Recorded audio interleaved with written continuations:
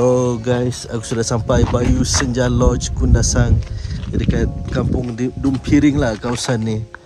Pernah aku stay di Farmville di sana, di bawah sana. Nanti aku tunjuk. So kita sudah book bilik. Let's go.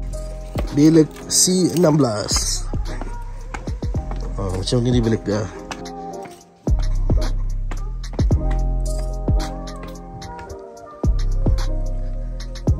$13, 14 di hujung. Corner. So yeah, this is the cabin. Harga satu malam $250. Okay. Wow, very nice. Tandas dia macam gini. Ada key. It's a good for power. Jadi water heater, oven, tandas, mantap. Wah. Okay, very nice. Bayu Senja Lodge memang nice. Siap dia bagi lagi tilam bawah. Okay, very nice. Ada TV,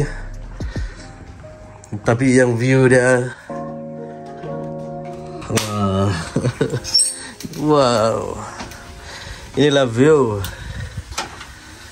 di Bayu. Tu saya pernah stay sana, Farmville. So di corner ada tempat lepak. Ni dia ada TV. Oh, ini spacious, quite spacious. Puas hati dengan harga $250. Tapi saya recommend korang walk-in lah. Tapi walk-in pun ikut nasib. Ya, ikut nasib jugalah walk-in.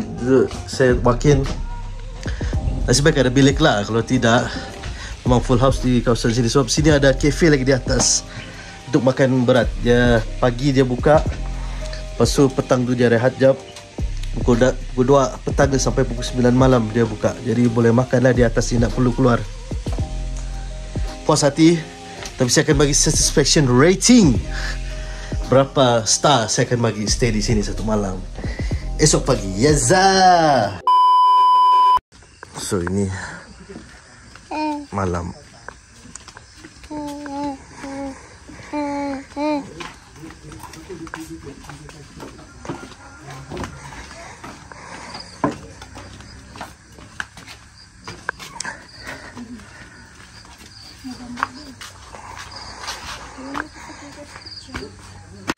So guys, ginilah malam, pemandangan malam.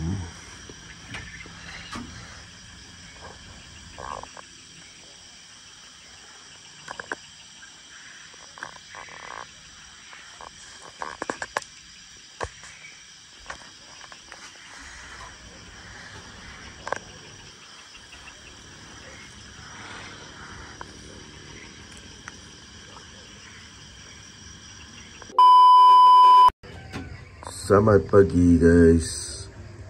Ini adalah view pukul 6.50. Gunung Kinabalu sebelah sana. Tidak nampak dari sini. Tapi view yang sini lawa banget. Highlands.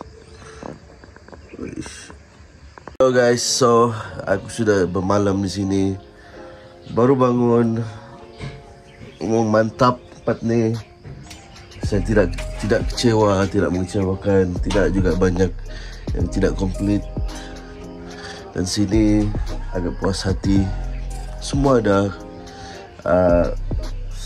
semua sangat convenient. Ada wifi, TV pun boleh tengok Netflix ke atau YouTube untuk budak-budak. Dengan spacious jugalah, sangat spacious. Puas hati. View lagi lawak.